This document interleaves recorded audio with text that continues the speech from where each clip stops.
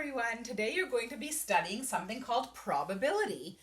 And when you're studying probability, you're thinking about an event, some kind of real life event, and you're going to just be using what you know about the world and the knowledge in your head to make a decision about what you think about that event.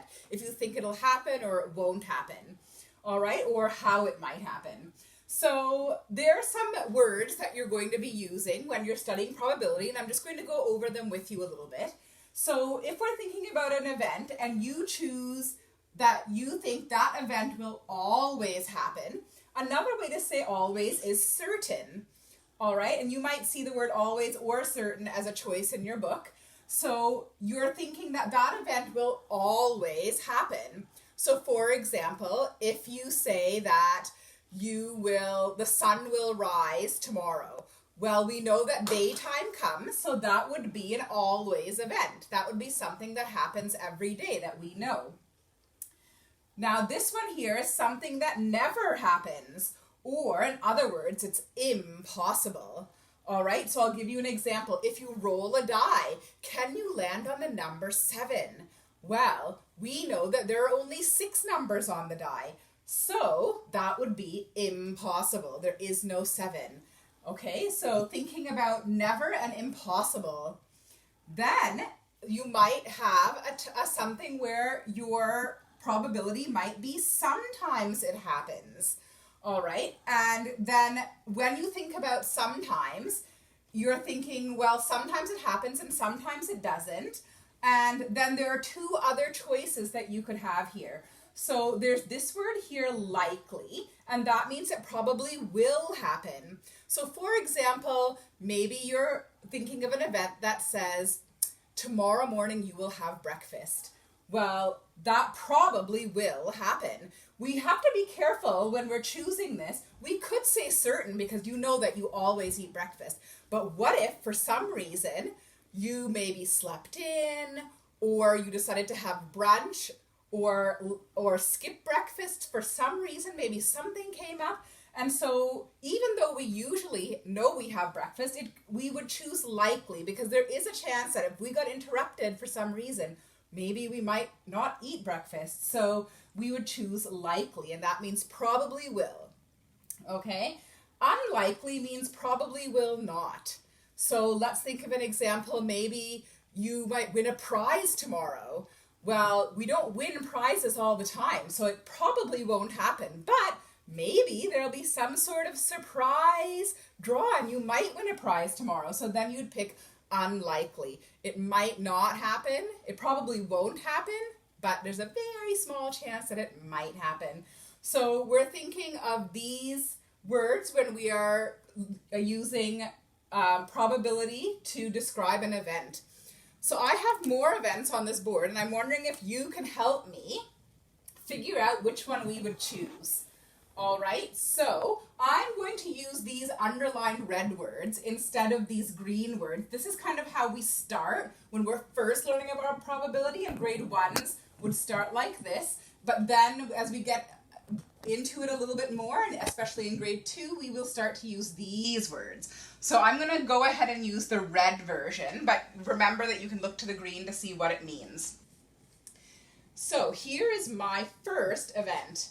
I will turn 2 years old this year. So let's think about that for a minute. We know that if we're going to be turning 2, we have to be 1. And I know that you're much older than that, so this is a bit of a silly one, and we're going to choose impossible. You are not going to turn 2 next year. We know that time always moves forward. So again, using the knowledge that we have before we make a decision.